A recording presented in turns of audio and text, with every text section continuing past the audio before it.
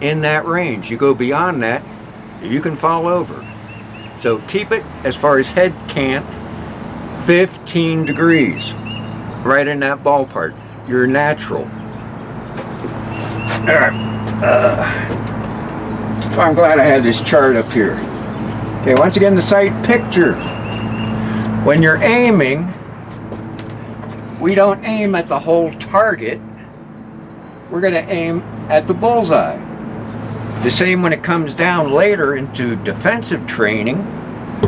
You're just not aiming at center mass and hope it's somewhere in there. You're going to want to pick out a button, a tiny button. Best line relating to that was Mel Gibson in The Patriot, when he told his kids, aim small, miss small.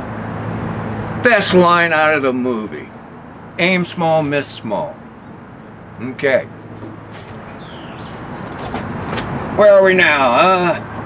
Oh yeah, breath control. Something I could use. Woof. When target shooting, we want to shoot at the point where we're not breathing. Okay, now there's a few ways you can go about this.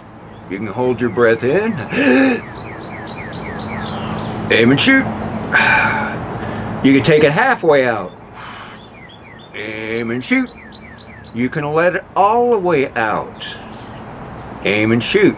Now when you let it all the way out, that's pretty much your point of natural pause. That's where you're comfortable for the longest period before you take another breath. You're not moving. Because when you breathe and aim, it's minuscule, I exaggerated, but the firearm's going up and down, up and down, up and down. So find your point, wherever you decide. All the way, halfway, all the way out. Some concur halfway, hold it there. Now when you do that, between 3 and 8 seconds, if you have not taken a shot in 8 seconds, stop. Breathe. After 8 seconds, your oxygen is running out and you're getting muscle fatigue. That muscle fatigue will result in movement. So, when you go up to aim, 3 to 8 seconds. You don't shoot, put it back down, rest, breathe, let those muscles relax, get their energy back. Okay, get off there, wasp. Get off my chart. Alright. Hold control. Alright. The hold control. Alright, that ties back to our natural aim. Now we'll just do this a little bit, but natural aim, which we'll really get to at the range. Okay, you take up your stance, whatever stance we teach you down the road that you like. Isosceles, Weaver, or modified Weaver. We're not going to go to the close quarters to do that. That's way down the road. Ask about that in a year or two. So, let's say you're doing the isosceles, which is our basic. We're aiming like that. That forms an isosceles triangle. All right, you're standing. You got your stance, which we'll teach later. You're aiming at the target. You may or may not be at the natural point of aim. To achieve that, close your eyes. Keep the finger off the trigger.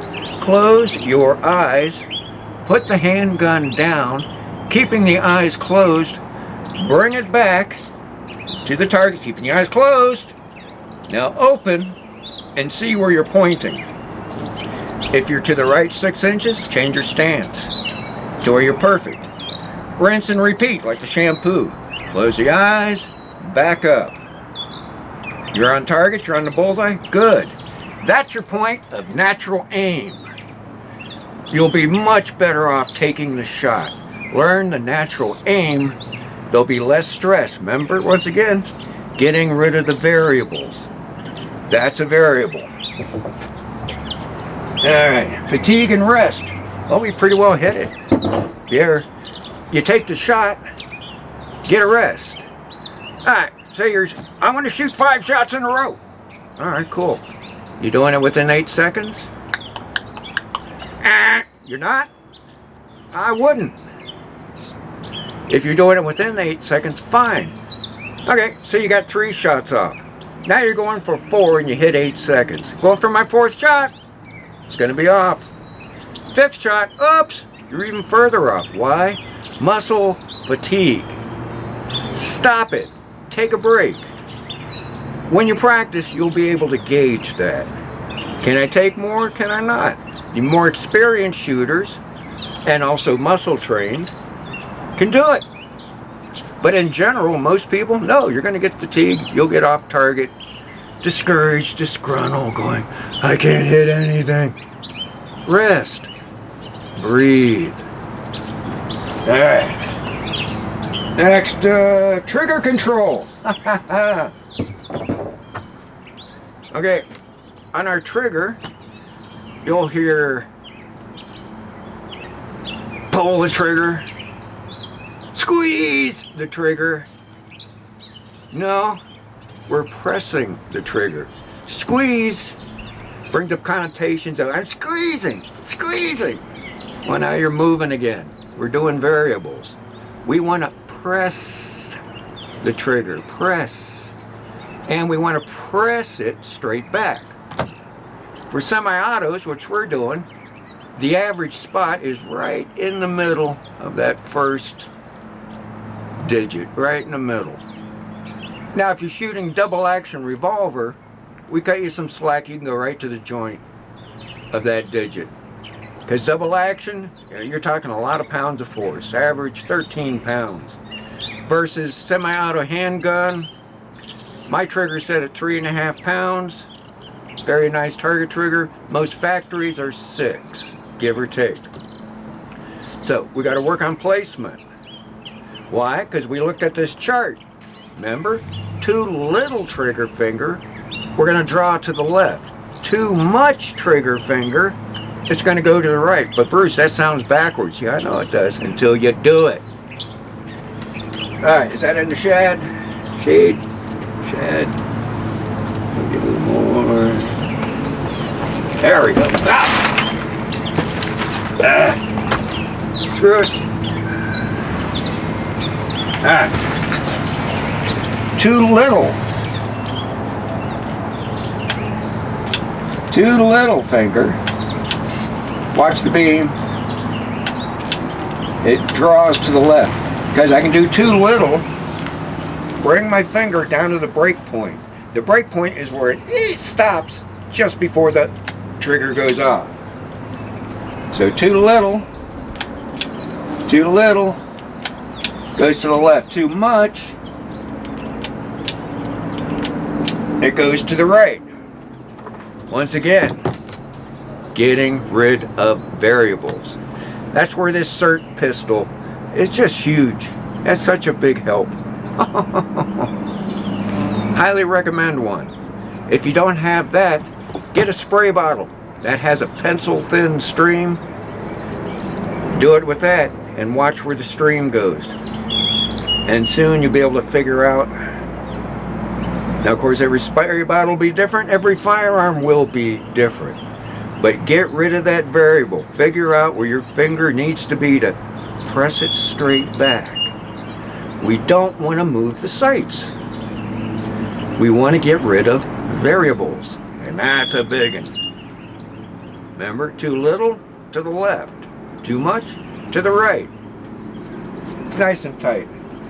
Okay. Press not pull. Placement without moving. Slapping. Felix Leiter. The old slapper. Alright. Slapping is when you pull the trigger and let go. Pull the trigger, let go. Pull the trigger, let go. Good luck getting your finger on the exact same place again. Plus, you're adding variables. When we shoot, we want to keep every fundamental we just learned. We want to keep it steady. We don't want it moving around. We want our finger in the same place. We want our grip strength the same. Everything, sight picture the same, sight placement the same. So by slapping, you're moving it. You're moving it all over the place. It is actually possible, if you slap fast enough, to change where that bullet's going to hit. But more importantly, you just ruin one of the fundamentals. And you won't be able to reacquire. So, no slapping. We're slapping. It's going faster than I thought it would. I probably should have added some more. Hey, we're down to pretty much the final group, which is follow through. Follow through is kind of the culmination of all the fundamentals. All right, follow through. You play baseball. You hit the ball. Do you stop there? No. You follow through. Trust me, this doesn't look right, but you get the idea. Click, you follow through. You don't stop, and you want to do the same follow through every time. Why? Variables. Golf. Same thing, you don't stop when you hit the ball. It comes up, and the follow through is huge, important. Same here. We want to maintain all of our fundamentals. On target, on sight, click, bang, recoil will happen. There's nothing we can do to prevent recoil. Deal with it. Don't anticipate it. Don't try and correct it. It's gonna happen. If you anticipate recoil, you're gonna go down. You're gonna, Don't anticipate trying to fight it. When you pull the trigger, you want it to be a surprise. Surprise! After a few hundred rounds, it's no surprise, but pretend it is. Pretend. You want it to be a surprise when it breaks. Okay? Good. What's now?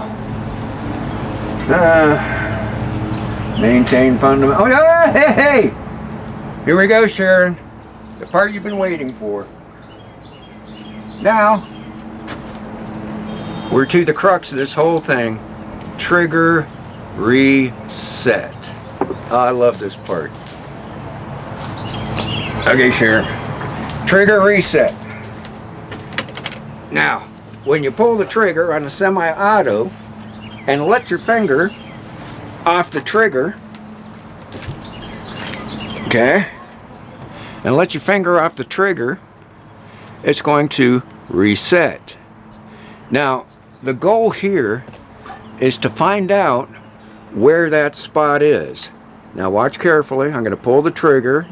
You're going to remember, it's not a firearm, but that's why I have this in here, so I can do the reset thing for you. Here we go. Keep your finger on the trigger like I am. Now I'm going to cycle it, because I have to cycle it so it can reset. Now watch and listen. Boom. See that click? That's all the further I have to do anything. It is now reset. I can now engage again. And that is trigger reset. So in your practice, we want you just to go to that reset point and no more. No back further, no slapping, just to that point. And to facilitate that, in your training, we want to build muscle memory.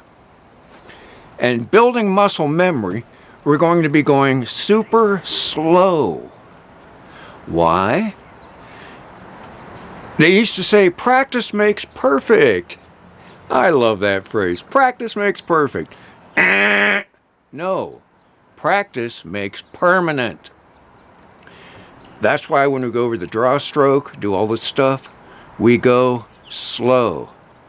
Slow, slow, slow, like Karate Kid. Slow to get it perfect. Then you can speed up. So, to facilitate this, when you're at the range, practicing, we good to go? That's what I love about this Springfield. It tells me it's cocked and ready to go with that pin sticking out. Okay, here we go. We're going to practice. We take the shot. Recycle.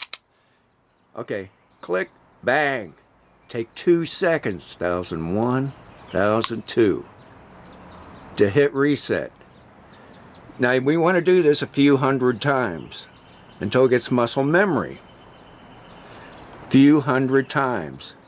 Click, recycle, 1001, 1002. Take 2 seconds to hit that reset because we want to develop this, that micro movement. And that micro movement is part of the culmination of follow through. And that's pretty much the lesson for today. If you like this, please like, subscribe, comment. Should I continue on with the series? I'm kind of thinking I'd like to, but you tell me. And when I do, if I do, we'll go from the very beginning and it'll be the complete handgun class. If this has helped you today, do a like, subscribe. Thank you. You don't have to send $20 bills in a plain envelope, anything like that, but just give me a comment. Anyway, it's been a blast. And because this is serious, I'm not going to sign off with the drink more shine, eat more bacon thing, though that's my normal line. This is more serious. And take your training serious. Stay safe, train safe. Remember, safety first. All right, everybody. Have a good one. Till next time.